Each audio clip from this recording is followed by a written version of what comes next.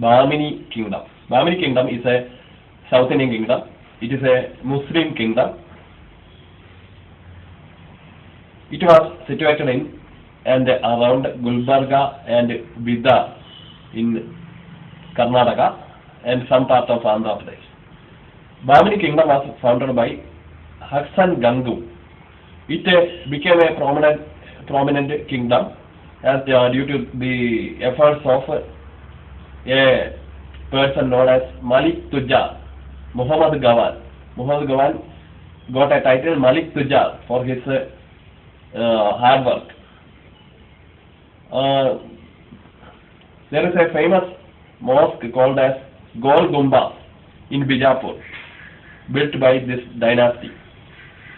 Bahmani kingdom is prominent as the defeaters of Vijayanagara kingdom in the Battle of Talikota in 1565 AD in a village called Rakshasa Tangali in Andhra Pradesh.